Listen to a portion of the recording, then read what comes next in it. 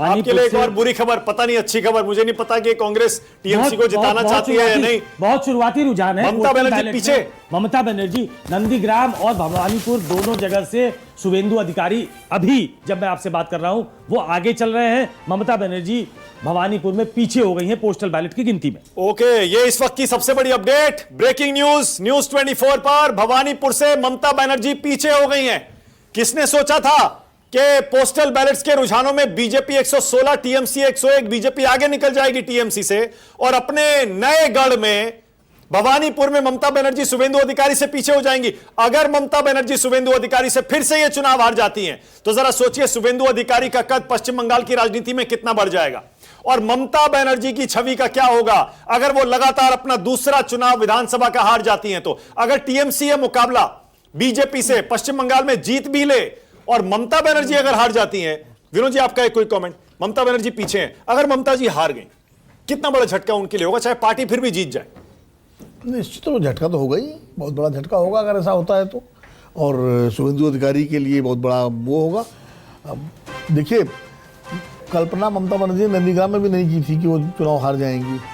भवानीपुर उनका गढ़ रहा, लेकिन जैसा कि खबरें आ रही भाई 50,000 वोट काट दिए, 48,000 वोट काट दिए और वही उनकी लीड होती थी, तो कुछ भी हो सकता है। और शुभेंदु अधिकारी अगर भवानीपुर गए हैं चुनाव लड़ने तो पूरा कैलकुलेशन करके गए होंगे, ऐसे तो गए नहीं होंगे कि जाके नॉमिनेशन भर दिया।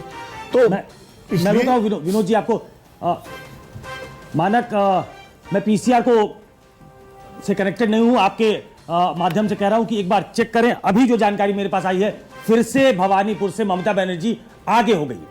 ममता बनर्जी का अपडेट चेक करिए जरा, ममता बनर्जी फिर से आगे हो गई हैं। ये ममता बनर्जी शुरुआती रुझानों में ममता बनर्जी अगर आगे पीछे भी हो रही हैं तो भी आप अंदाजा लगाइए कि इस समय कितनी कमजोर स्थिति में, कितनी नाजुक स्थिति में वो दिखाई दे रही हैं। और शुरुआती रुझान की स्थिति भी यही है। ये देखिए, बीजेपी 116 सीटों पर, अब जबकि पौने घंटे से भी ज्यादा है, 1 घंटे की काउंटिंग होने वाली है, बीजेपी 116 सीटों पर है, टीएमसी 101 सीटों पर है। और अब पूरा यकीन है हमें कि ईवीएम के आंकड़े अब आपकी स्क्रीन पर आने लगे होंगे। ईवीएम्स खुल चुकी हैं, ईवीएम की गिनती शुरू हो चुकी है, पोस्टल बैलेट की गिनती जारी होगी। अब ऐसे में बीजेपी और टीएमसी के बीच कांटे की टक्कर साफ साफ कह रही है, यह मुकाबला ऐसा लग रहा है आखिरी बॉल तक जाने वाला है।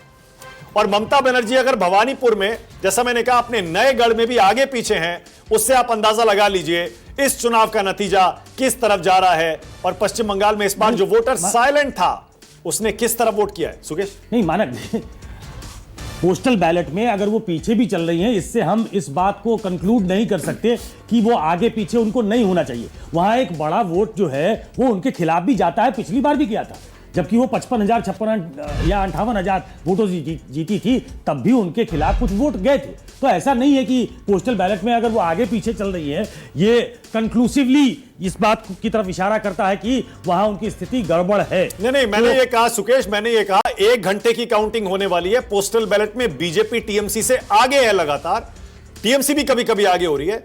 एक तरफ पोस्टल बैलेट का रुझान जिसमें टीएमसी की हालत पतली है और दूसरा भवानीपुर में ममता बनर्जी का पोस्टल बैलेट के रुझान में पीछे होना।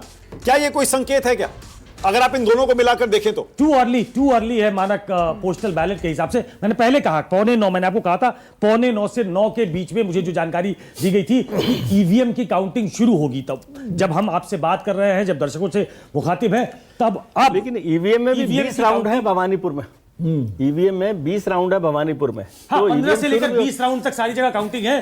भवानीपुर में करीब 20 राउंड है वहां पर, तो वो लंबी चलने वाली है। और पोस्टल बैलेट में बीजेपी कई जगहों पे कई चुनावों में आगे दिखी है, तो ये ट्रेंड रहता है। अभी ये अंदाजा लगाना उससे कि बीजेपी ने पछाड़ दिया है, ये बहुत जल्दबाजी होगी। बिल्कुल। और अब 5 राज्यों का एक एनालिसिस करते रहेंगे हम न्यूज 24 पर। पहले अपडेट ले लीजिए, एक राउंड अप। पश्चिम बंगाल में पोस्टल बैलेट के रुझान हमारे पास 227 सीटों के आ चुके हैं।